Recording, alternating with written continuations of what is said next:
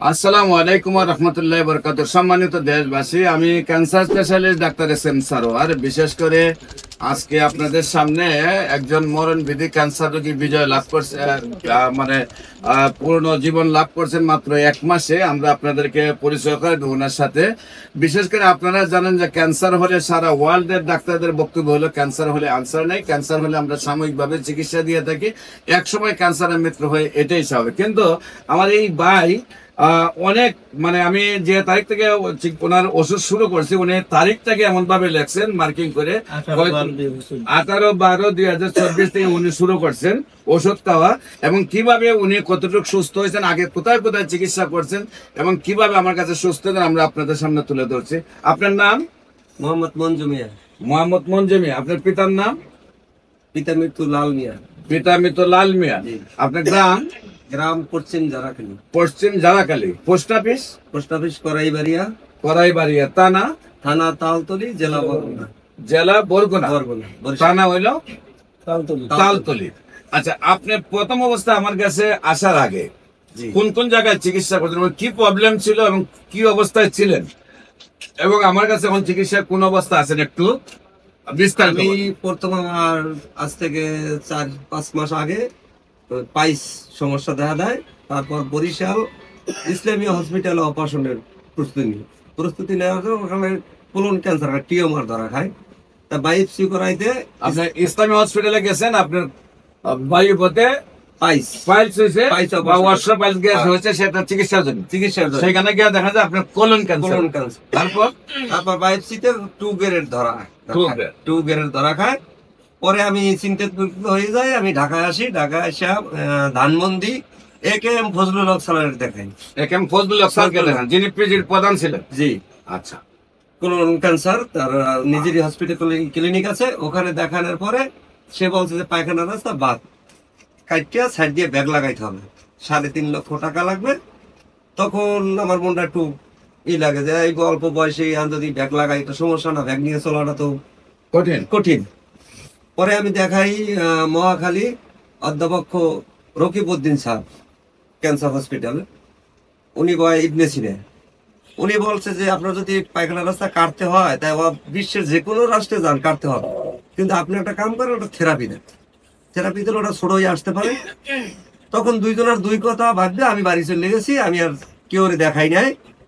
পরে ইন্ডিয়া যাবো এই চিন্তা ভাবনা করছি, ভিসা করছি, পাসপোর্ট করছি, পাসপোর্ট করার ভিসার আবেদন করছি। তো এই দেশের গন্ডগোলের কারণে আমি ভিসা পাইতেছি না। পরে আস্তে আস্তে প্রায় 2.5 মাস আমি কোনো ওষুধ খাই না, আস্তে আস্তে টিউমারটা বড় সাইজ হয়ে গেছে। পরে চিন্তা করলাম যে আমি যাইতেও পারতাছি না, ওষুধও খাই না, তাহলে পরে আবার ওই রকিবউদ্দিন স্যারের কাছে আমি আসি। উনি অনেক রাগারাগি করে যে আপনি দেরি করে ফলাইছেন, তাহলে কি করার, থেরাপি দেন। তখন উনি থেরাপির ডেট ফলাইলো, 25টা থেরাপি দিতে হবে, 75,000 টাকা, আর ওনার আনুষ্ঠানিক আর খরচ আছে আরো 16,500 টাকা। এই 91,000 টাকা বলে আমি জমা দিই। সম্পূর্ণ টাকা জমা দিলে 16,500 জমা দিচ্ছে, আর বাকিটা প্রতিদিনের তা প্রতিদিন। পরে আমি 12টা থেরাপি দেই, কিন্তু আমি মনে মনে চিন্তা করি এটা তো ঠেক দেওয়া, আমি তো পরিপূর্ণ সুস্থ না। তারপর ইউটিউবে ঘাটতে ঘাটতে আপনার এই ভিডিওটা আমি পাই। ভিডিওটা পাওয়ার সাথে আমি ফোন দিই, রিসেপশন করে এক মেয়ে। তারপর আমি সিরিয়াল দেই, আমি 104 নম্বর সিরিয়াল পাইছি গেল মাসের 15 তারিখ। তারপর আপনার এখানে আসি, আসার পর আমি ওষুধ নেই, আমি যে 1 মাস ওষুধ খাই। আজকে তো আপনার এখানে আসছি, আমি পরিপূর্ণ সুস্থ। আমার ব্যথা এখন আপনি সম্পূর্ণ সুস্থ? আপনার টিউমারটা কি আছে? টিউমারটা নাই। টিউমারটা একেবারেই নাই? নাই, আপনি কোনো জায়গায় বাজে না। আপনি কোনো জায়গায় মধ্যে বাজে না?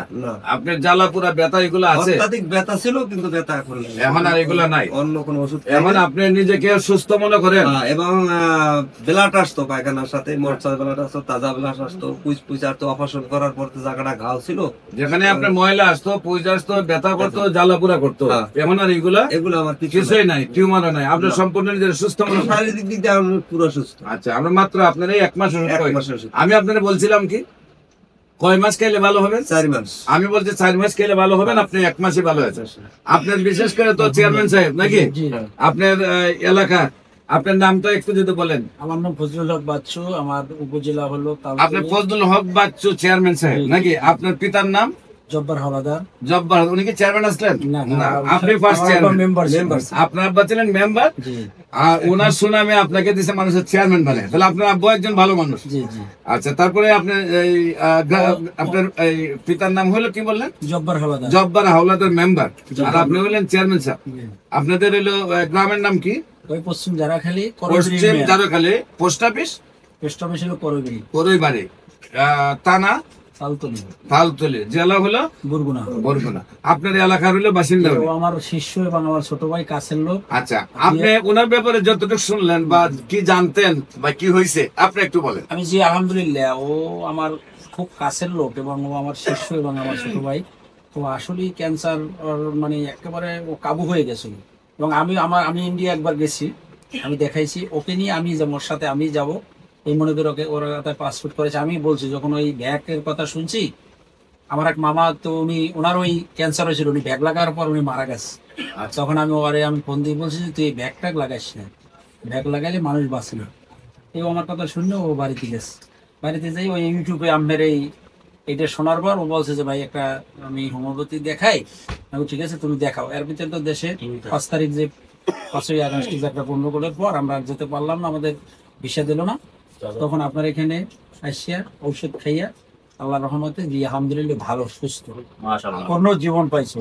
কারণ আপনার এলাকার রোগী যেহেতু 1 মাসে সুস্থ, আর আপনার যেহেতু এই এলাকার চেয়ারম্যান, আপনার এলাকার যত গণ্যমান্য ব্যক্তি আছে, বিশেষ করে গ্রামের মাতব্বর বা এলাকার মেম্বার, চেয়ারম্যান, এমপি, সাবেক যারা আছেন, না, সিনিয়র একটু বলি। আমি আজকের আমাদের এখানে যে এই যে এই বারের যে এই মহাসচিব, এই যে হাইকোর্টের মহাসচিব হইলো যে ওই যে ফ্রামের, উনি হলে গাজী তহিদুর রহমান। এই আপনার এই যে মানে আর কি ওই ঔষধ দেখাইলে গাজী তহিদুর রহমান হলেন হাইকোর্টের বারের সেক্রেটারি, আইনজীবী ফোরামের মহাসচিব, আইনজীবী ফোরামের মহাসচিব। উনার সাথে বিষয়টা শেয়ার উনি মানে আপনার ওই যে মোবাইলে সার্চ দিয়ে আপনার বাইর করে আপনার ওই বক্তব্যটা শুনছেন। আচ্ছা, শোনার পর উনিও খুব করবো যে না আসলে তোমার যে আল্লাহ ভালো করছে। আর আমি জালকাঠি ভুলার কাছে নাকি? জালকাঠি বাড়ি না, বরগুনা জেলা, বরগুনা জেলা আমার শেষ প্রান্তে। আমি আপনার এলাকাতে সফরে যাব, ইনশাআল্লাহ আপনার বাড়িতে বেড়াইতে যাব। সেই দিন হলো আপনার এলাকার যারা বিশিষ্ট গণ্যমান্য ব্যক্তি আছে তাদেরকে রাখবেন।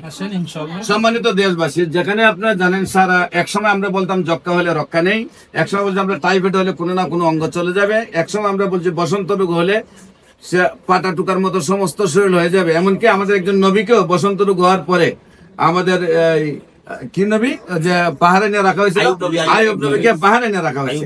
এমনকি ডায়রিয়া হলে গ্রামের পর গ্রাম মানুষ মারা গেছে। আজকে যেন সেই সব রোগ নয়, আমরা বলি ক্যান্সারও আমাদের কাছে কোনো রোগ নয়, ক্যান্সার সম্পূর্ণরূপে সুস্থ হয়।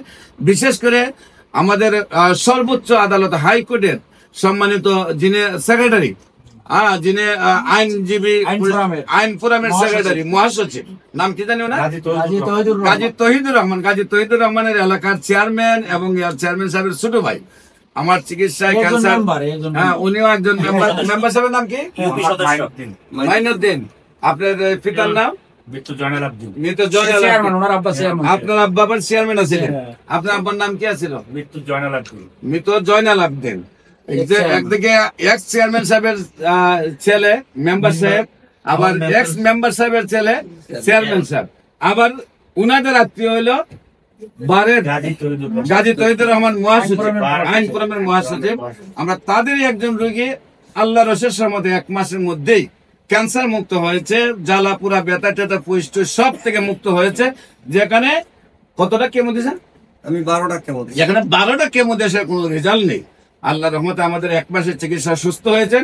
আপনারা দেশবাসী সবার কাছে দোয়া যায় উনি যেন পূর্ণাঙ্গ সুস্থ হতে পারেন। বিশেষ করে আমি বলবো যে অনেক ক্যান্সার রোগী আছেন যে সুস্থ হওয়ার পরে ওষুধ খান না, সুস্থ হইলেও কোর্সটা নিয়মিত 1 বছর পূরণ করতে হয়, তাহলেই সুন্দরভাবে সুস্থ হয়। আমি বিশেষ করে রোগী দেখি শনি রবি সোম সকাল 10টা থেকে বিকাল 5টা পর্যন্ত। আপনার শনি রবি সোম জাতীয় মসজিদ বাইতুল মুকাররমের উত্তর গেট আল্লাহ লেখা বরাবর বাইতুল ভিউ লিফটের 11 এবং মঙ্গল বুধ বৃহস্পতি হবিগঞ্জ শ্মশান ঘাটে রোগী দেখি। আপনাদের সবাইকে আমার অফিস ভিজিট করার জন্য আমন্ত্রণ জানিয়ে শেষ করছি। সবাইকে ধন্যবাদ। আসসালামু আলাইকুম রহমতুল্লাহ। আলহামদুলিল্লাহ।